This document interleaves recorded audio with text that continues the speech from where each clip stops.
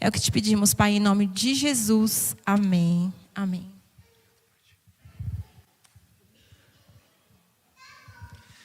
Graça e paz, igreja. Boa noite. É muito bom estar aqui e ser igreja com você. É muito bom podermos glorificar a Deus juntos, adorar a Deus juntos. Quero compartilhar uma breve palavra conosco. Se encontra no Evangelho de João, capítulo de número 10. Nós vamos ler apenas o verso de número 10, mas você deixa aí no decorrer do culto a sua Bíblia aberta, que nós vamos ler outros versículos desse mesmo capítulo. João 10, verso 10. Eu quero falar essa noite sobre o que devemos fazer para viver uma vida abundante. João 10, verso 10 diz assim: o ladrão vem somente para roubar, matar e destruir. Eu vim para que tenham vida e a tenham em abundância. Eu quero ler novamente, está projetado aqui para nós. Vamos ler todos juntos novamente? Vamos lá? O ladrão vem somente para roubar, matar e destruir. Eu vim para que tenham vida e a tenham em abundância. Amém, amém. O que eu e você devemos fazer para viver essa vida abundante que Jesus está dizendo aqui? Essa é uma passagem que Jesus está conversando com os seus discípulos mais uma vez. E ele começa então a contar essa história, contar aqui um cenário. E é óbvio que eu e você, nós precisamos entender 3 coisas, pelo menos nessa passagem, para que eu e você possamos viver uma vida abundante. Porque parece que na nossa caminhada cristã, nós, desde que aceitamos o Senhor Jesus, parece que no começo tudo era flores, tudo era maravilha, e parece que a gente vai entrando numa rotina gospel, numa religiosidade fria. A gente vai entrando na nossa rotina espiritual e parece que as coisas já não acontecem, parece que Deus já não fala, parece que a gente não consegue ouvir Deus, parece que a gente não consegue mais viver milagres, crer em milagres, viver o sobrenatural e ter uma vida abundante. Então eu quero falar pelo menos 3 coisas nesse texto que nós podemos fazer para viver uma vida abundante. Primeira coisa então que nós temos que fazer é identificar quem é o ladrão desse texto. Nós sabemos que o texto diz que nós não sabemos quem é o ladrão logo de cara, mas o texto nos responde quem é. Mas nós sabemos nesse versículo que esse ladrão, ele vem roubar, matar e destruir. E eu quero aqui dizer que o versículo de número 8, que nós não lemos, mas está um pouco acima, se puder projetar para nós. O verso 8 do capítulo 10 diz: quem são os ladrões, ou quem é o ladrão na verdade, porque são 3. Quem são os ladrões? E aqui nós vemos que Jesus usa o plural e não o singular. Verso 8, Jesus diz: todos quantos vieram antes de mim são ladrões e salteadores, mas as ovelhas não lhes deram ouvido. Então Jesus aqui, ele não está falando de um ladrão apenas, ele está falando de ladrões. Ele entrou então num plural. Ou seja, eu e você, nós precisamos, para viver uma vida abundante, identificar quem são os ladrões que têm roubado, matado e destruído na nossa vida. Nós precisamos identificar o que é que tem roubado, matado e destruído na nossa vida. Senão nós não vamos viver uma vida abundante, essa vida abundante que Jesus prometeu.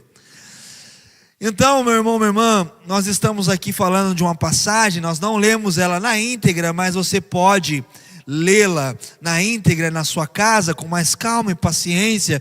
Mas eu quero dizer que o texto nos dá dica de quem são esses ladrões. Se você acompanhar o verso 12, Jesus vai dizer sobre 3 personagens. O verso 12 diz assim: o mercenário que não é pastor, a quem não pertence as ovelhas, ver vir o lobo, abandona as ovelhas e foge. Então o lobo as arrebata e dispersa. Veja bem, nessa passagem então é uma história que Jesus conta, um cenário que Jesus conta, e ele ali está dizendo sobre 3 personagens, além dele. Ele está dizendo que ele é o bom pastor, e ele está dizendo mais sobre 3 personagens: o lobo, salteadores e mercenários. Repita comigo: lobo, salteadores e mercenários. Então os ladrões dessa passagem estão identificados de forma figurativa, de forma metafórica, na forma de lobo, salteadores e mercenários. Então os ladrões que vieram roubar, matar e destruir é aquele que é o lobo, é aquele que é o salteador e é aquele que são os mercenários. Nós vamos ver então que a figura do lobo, Jesus está se referindo ao diabo. Então faz sentido nós dizermos: o diabo vem roubar, matar e destruir. Quando a minha vida e a sua vida não está segura em Cristo Jesus, o diabo vem cirandar na nossa vida, ele vem roubar na nossa vida, ele vem destruir a nossa vida, ele vem então matar sonhos, planos, projetos da nossa vida. Então o diabo, ele é um grande inimigo de uma vida abundante. Mas não é só ele. O texto diz que existe o salteador, como nós dizemos no verso 12. O salteador, aliás, no verso 8, né? O salteador. Eu lembro da passagem, talvez você lembre também, lá de Lucas 10, do bom samaritano. E Jesus fala ali que esse bom samaritano, que estava vindo de Jerusalém para Jericó, ele encontra então com os salteadores. E ali ele faz algumas referências. Ele faz a referência de alguém que, após ser roubado, passam do lado dessa pessoa que foi assaltada por salteadores, 2 pessoas que são figuras importantes nessa parábola. Um é o levita, que representa a religiosidade. Outro é o sacerdote, que também representa a religiosidade. Jesus estava fazendo um paralelo ali, um paralelismo. Ele estava comparando que a religião mal entendida, mal interpretada, e a forma de religiosidade fria, vazia, nos rouba, nos mata e vem nos destruir e não nos ajuda em nada. Esse é o paradoxo da parábola do bom samaritano. Então Jesus aqui, ele está lembrando novamente que, na verdade, a lei de Moisés, a lei que nos torna religiosos, a lei de Moisés que faz a gente ser moralista, legalista, ela vem roubar, matar e destruir.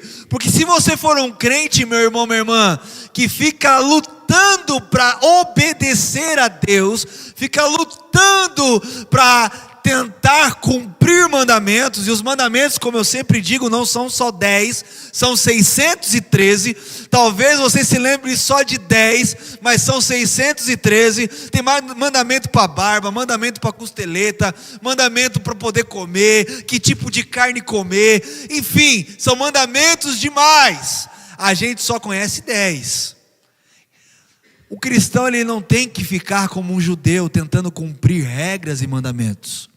Existe na nova aliança somente 2 mandamentos: crer e amar. Repita comigo: crer e amar. Se você quiser ter uma vida abundante, você precisa amar. Um novo mandamento vos dou, que amemos uns aos outros. Pastor, onde que está na Bíblia que agora só existem 2 mandamentos? Projeta para mim 1 João, capítulo 3, verso 23. Projeta para nós, 1 João 3, 23.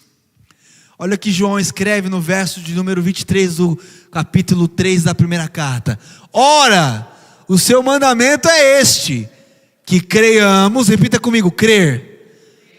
Creiamos em o nome de seu Filho, Jesus Cristo, e nos amemos uns aos outros. O segundo mandamento que ele nos ordenou. Porque, vamos supor, vamos pegar dos 10 mandamentos aqui. Não matarás. Se você ama a pessoa, ainda que você não goste dela, você não mata. Não adulterarás. Se você respeita aquela pessoa ou o cônjuge dela, você não vai adulterar, porque você ama. Então o amor resume toda a lei, todos os profetas. Mas para a gente amar conforme Jesus quer que a gente ame, a gente precisa crer nisso. Por isso que não é só amar o mandamento, é crer e amar. Você quer uma vida abundante? Creia em Jesus Cristo, em tudo que Ele disse, não só naquilo que você acha. Você quer uma vida abundante? Ame como Ele pediu para amar. E sabe o que é o mais interessante? Jesus, no começo da caminhada com os discípulos, Ele falava o seguinte assim: ame ao teu próximo como você ama a você mesmo. Ame ao teu próximo como você ama você, como você gosta de você. Mas no final da caminhada, Patrícia, Ele mudou. Ele falou assim: ame o teu próximo como eu amo você. Ou seja, como Jesus ama. O padrão elevou. Porque eu nem sempre me amo. Você nem sempre se ama. Mas Jesus sempre amou a ponto de entregar a própria vida dele por nós. Então o amor não é uma escolha apenas, é um mandamento. Quer obedecer Jesus? Quer cumprir todos os mandamentos? Ame. Ame incondicionalmente, como Ele nos amou. Quer uma vida abundante? Ame. Ame. Tem pessoas que a gente não quer muito amar. Por isso que talvez a gente não vive uma vida abundante. Tem pessoas que a gente até gosta, mas não ama. Tem pessoas que a gente até vai com a cara, mas não ama. E tem pessoas que nem com a cara a gente vai. Não fui com a cara de fulano. Talvez por isso que você não está vivendo uma vida abundante.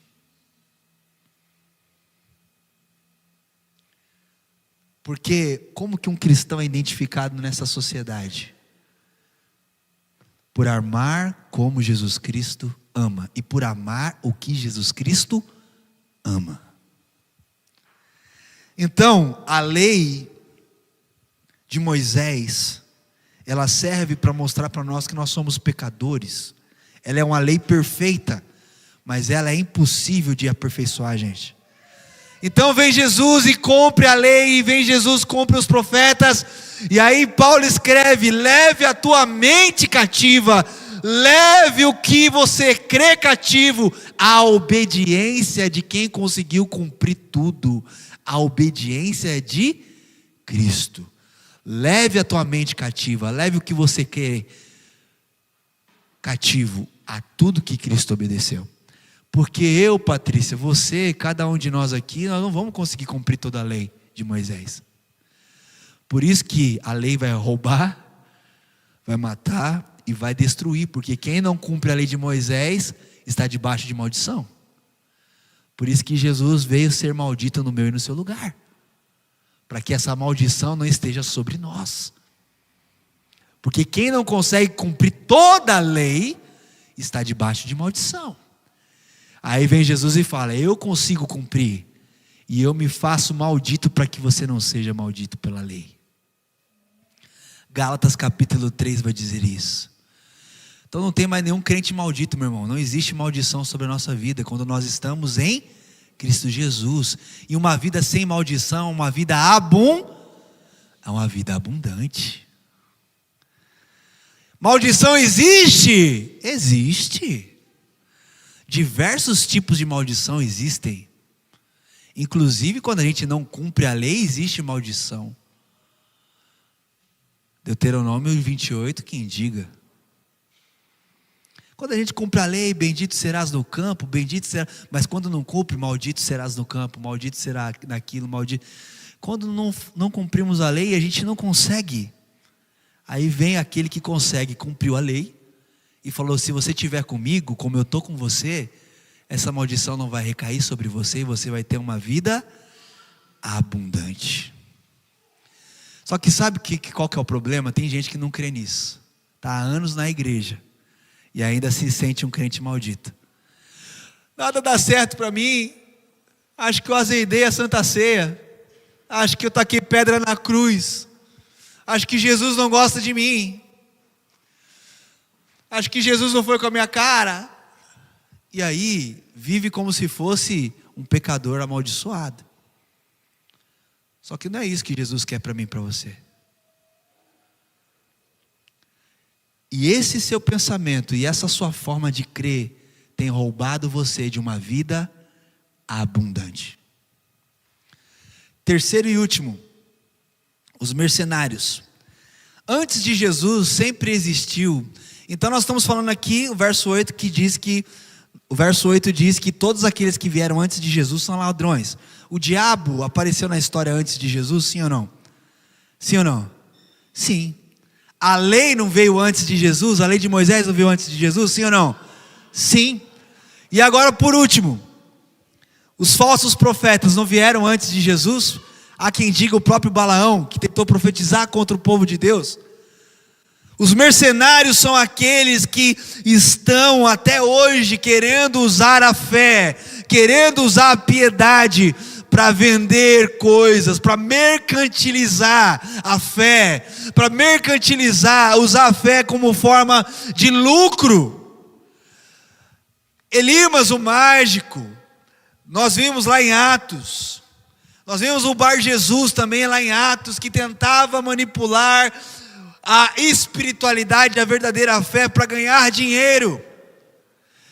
Sabe, igreja, em nome de Jesus, o lobo, que é o diabo, veio roubar, matar e destruir, e ele veio antes de Jesus. Os salteadores, a lei veio antes de Jesus, e os mercenários, os falsos profetas vieram antes de Jesus. E muitos crentes estão indo em igrejas grandes, mega igrejas, ou até igrejas pequenas, e estão sendo manipulados pela fé, estão sendo marionetes da fé, e não conseguem viver uma vida abundante, pois estão debaixo de jugo. Porque se você não der o dízimo, você vai ser amaldiçoado. Porque se você não fizer isso, não fizer aquilo, você não fizer a campanha disso, a campanha daquilo, você não vai ser abençoado.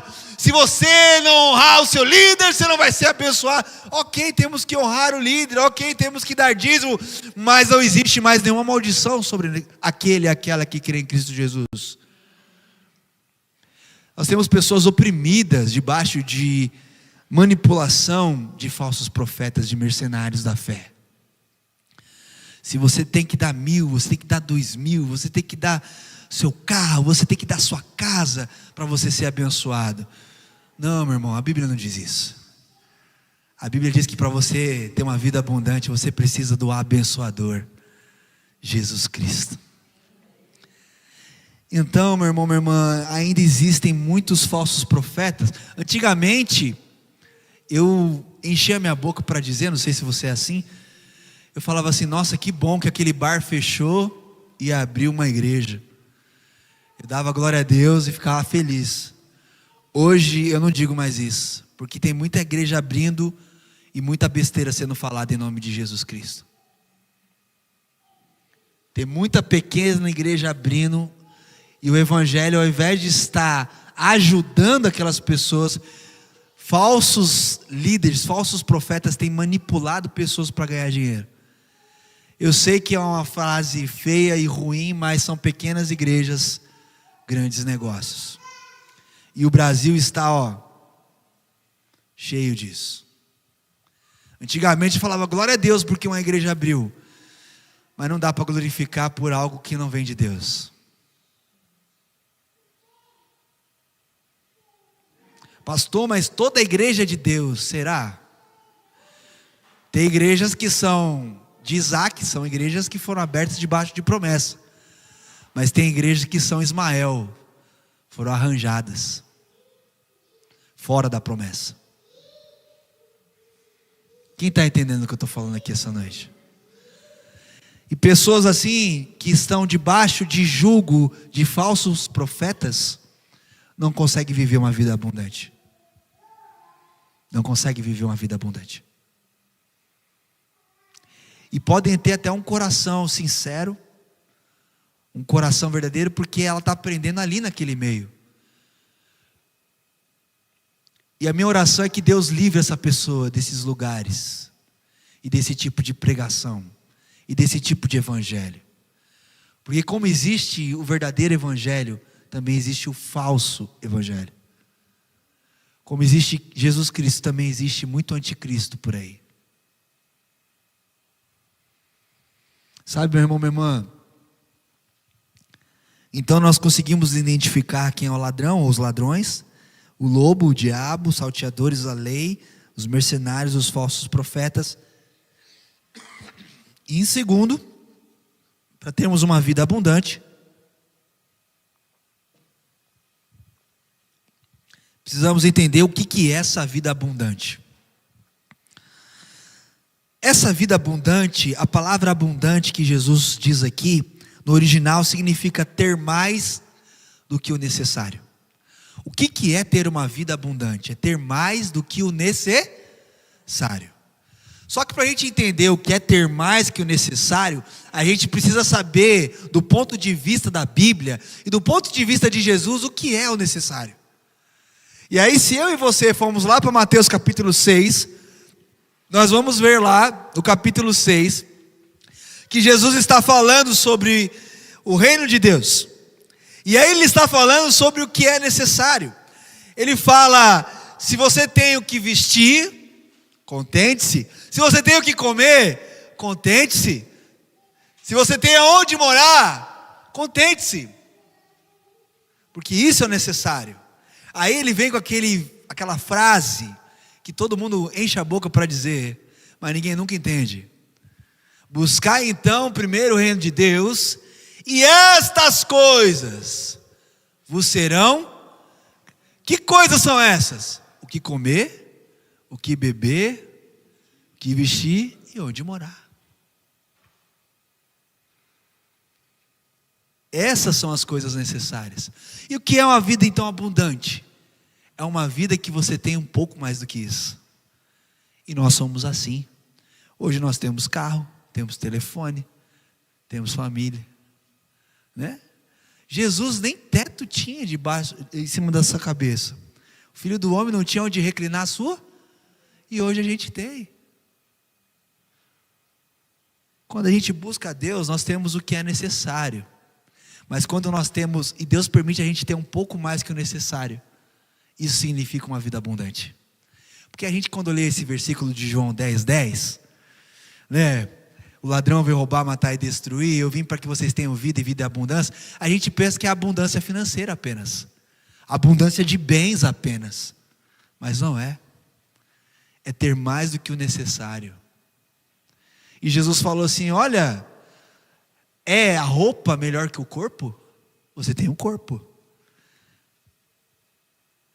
Olha, nem Salomão, com toda a sua riqueza, se vestia como um lírio. Olhai os passarinhos, não guardam comida para amanhã. E eu tenho sustentado vocês.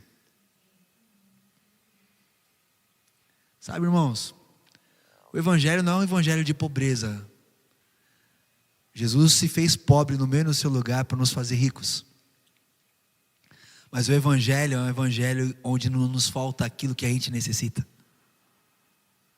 O evangelho é um evangelho na qual Deus supre todas as nossas necessidades em Cristo Jesus. Filipenses 4:19, que o nosso Deus, em Cristo Jesus, nos suprirá de todas as nossas necessidades. E se você tem um pouco mais do que isso, você já está vivendo uma vida abundante. Quantos aqui tem o que comer? Levante a mão. O que vestir? Então você tem o que necessita. Se você tem mais do que isso, você já está vivendo uma vida abundante. Sabe por quê? Porque além disso você tem Jesus Cristo. Tem uma frase que eu dizia há muito tempo, faz tempo que eu não digo essa frase, que eu digo assim: eu não tenho tudo o que eu quero, mas eu tenho tudo que eu preciso. Talvez você não tenha tudo o que você quer, mas você tem tudo o que você precisa. E o que eu preciso, pastor? Você precisa de Jesus. Porque sem Ele, Miriam, não existe vida abundante. Sem Jesus, você pode ter dinheiro, você não vai ter a verdadeira alegria. Você pode ter um monte de coisa que você sonhou, se você não tem Jesus, não vai ter a verdadeira paz. Porque não existe abundância de vida ou vida abundante sem o dono dessa vida, Jesus Cristo. Quem está entendendo o que eu estou falando aqui? Então, meu irmão, minha irmã, projeta para nós, por favor, Romanos capítulo 5, verso 17. O que é essa vida abundante? Além disso que nós estamos falando, Romanos 5,17. Que pela ofensa de primeiro Adão, reinou a morte, muito mais aqueles que recebem a abundância da graça. Nós temos mais do que a gente necessita. Nós temos a abundância da graça. Se Jesus é a verdade, e a Bíblia diz que Ele é a graça, nós temos Ele em abundância. Nós temos Ele em abundância. O que é uma vida abundante? Projeta para nós. 2 Coríntios capítulo 8, verso 2. 2 Coríntios 8, verso 2. Projeta para nós. O que é essa vida abundante? Além de abundância da graça. Porque no meio de muita prova, de tribulação, manifestaram a abundância de alegria. Irmão, irmã, você acha que no céu tem tristeza? Quem acha que o céu tem tristeza, diga misericórdia. No céu não tem tristeza, irmão. Como é que você vai ter uma vida abundante se você vive triste? E você esquece que dentro de você está Jesus Cristo, aquele que foi ungido com o óleo da alegria, que dentro de você, apesar da dor, apesar da tribulação, existe aquele que pode te dar a abundância de alegria. Irmão, eu não estou falando para você ser um bobo alegre, não é isso que eu estou falando. Rindo o tempo todo. Mas é não se esquecer que você tem uma vida abundante, porque dentro de você há abundância de alegria. Pastor, mas por que eu não vivo essa alegria? Porque você não está desfrutando dela. Você acha que ela precisa entrar na sua vida. Na verdade, você precisa manifestar ela. Você está esperando a alegria vir para dentro, quando você precisa colocar ela para fora. Porque Jesus não precisa entrar em você, Ele já está em você. Agora o que Ele precisa é se manifestar. Quem está entendendo o que eu estou falando aqui? Pastor, estou triste hoje. Acordou triste, irmão? Acordou triste? Está ruinzinho? Estou. Vai lá no espelho lá e diz para você mesmo: eu tenho abundância de alegria. E vai repetindo até que isso se torne verdade. Eu tenho abundância de alegria. Eu tenho abundância de alegria. Eu tenho abundância de alegria. Eu tenho abundância de alegria. Eu tenho Jesus Cristo, Ele é a minha alegria. Eu tenho. Você vai ver, você vai sair do banheiro radiante. Faz esse teste. Porque a boca fala do que o coração. A boca fala do que o coração. Você pode aplaudir Jesus por isso, você que crê. Amém.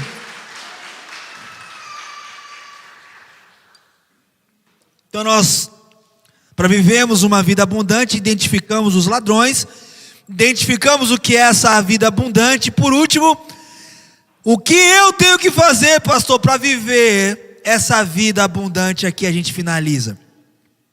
No verso 7 do capítulo 10, Jesus ele afirmou de novo: em verdade, eu sou a porta das ovelhas. Jesus ele afirma no verso 14: eu sou o bom pastor, conheço as minhas ovelhas e elas conhecem a mim. Para que eu e você possamos viver essa vida abundante, essa vida em abundância, meu irmão, minha irmã, o que eu e você temos que fazer é sempre nos lembrar que Jesus é a porta da nossa esperança. Eu era pequenininho, eu assistia Sérgio Malandro, não sei se você assistia, e tinha a porta dos desesperados. E aí cada hora que queria abrir uma porta, saía uma surpresa boa, uma surpresa ruim. Mas a porta precisava ser aberta. Meu irmão, minha irmã, para nós entrarmos numa nova vida, nós passamos por uma porta chamada Jesus Cristo. E a porta, ela era estreita. Por quê? Por que a porta de Jesus Cristo é estreita? Porque é para passar só a gente e não a nossa bagagem. Porque tem muita bagagem que você anda carregando, meu irmão, minha irmã, que não vai passar pela porta. Você precisa abandonar ela, precisa abandonar o seu passado, precisa abandonar as suas convicções esquisitas, sua forma de crer esquisita, porque senão não entra pela porta. A porta é estreita porque Jesus quer só você e o seu coração, e não a sua bagagem. Porque tem bagagem que a gente carrega que mais nos atrapalha do que nos ajuda. Quem está entendendo o que eu estou falando aqui? Jesus está dizendo: você quer uma vida abundante? Entre aonde eu abro. Caminhe pelas portas que eu estou escancarando para você. Ah, irmão, irmã. Apocalipse capítulo 3, Jesus vai dizer isso. Tem uma porta aberta para você. Ele está dizendo isso para a igreja. Mas tem igreja que fechou a porta para ele, a ponto de ele dizer: eis que estou à porta e batam. Muitas vezes a gente está se fechando para as coisas de Jesus, quando ele quer escancarar um novo mundo, novas opções para nós. E a gente tem batido a nossa porta na cara dele, a ponto dele ficar para o lado de fora das nossas opiniões, para o lado de fora dos nossos pensamentos, para o lado de fora do nosso coração, para o lado de fora do nosso eu acho, do nosso eu acredito, do nosso tem que ser assim. Ele está para o lado de fora. Porque se a gente deixa ele entrar, a gente sabe que ele vai mexer com tudo que a gente não quer que ele mexa.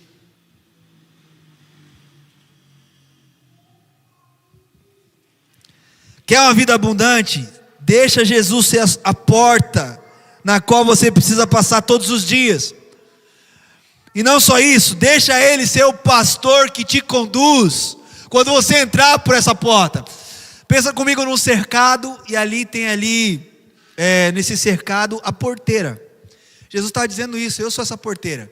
Só que quando você entra no meu pasto, quem te conduz sou eu, porque eu sou o seu bom pastor. E quem tem Jesus como seu bom pastor está careca de saber. Pena que o Edu não está aqui, nem o Samuel. Está careca de saber. Quem tem Jesus como seu pastor, nada lhe faltará. Às vezes a gente acha que está faltando muita coisa para nós, igreja, porque nós não estamos conseguindo reconhecer Jesus e nem a sua voz. Temos deixado de ser as suas ovelhas. Há muito eu tenho falado sobre ouvir nas pregações. E muitas vezes nós não vivemos uma vida abundante, porque não estamos reconhecendo a voz do nosso supremo pastor. Uma das traduções para a palavra glória é opinião. Eu descobri isso esses dias. O significado da palavra doxa é glória, mas também é opinião. E nós temos ouvido muitas opiniões que não são de Cristo, que não são a glória, não tem a ver com a glória de Cristo. E às vezes, ao invés de essas opiniões nos levar para frente, estão nos levando para onde? Para trás. E a gente está ficando muitas vezes igual a mulher de Ló, paralisados porque estamos presos ao nosso e o nosso passado nos paralisa. Tem passados nossos mal resolvidos que nos paralisam. Tem práticas nossas que nós adquirimos do passado, que nós não abandonamos, que nos paralisam. E aí a gente fica falando: cadê essa vida abundante? Parece que eu não vivo. A gente fica falando assim, né? A Andréia fala isso, né? Acho que Deus pensa que eu sou Rambo, porque só me dá um monte de luta, né? Não acaba as lutas. Parece que eu não vivo essa vida abundante. Meu irmão, minhas irmãs, Deus, o nosso Pai, Ele nos ama tanto, e aqui eu finalizo, Ele nos ama tanto, que Ele quer que você viva essa vida abundante. Só que essa abundância de vida não tem a ver com o que você acha, com o que você quer. Tem a ver com a opinião dele, com o que ele acha e com o que ele quer.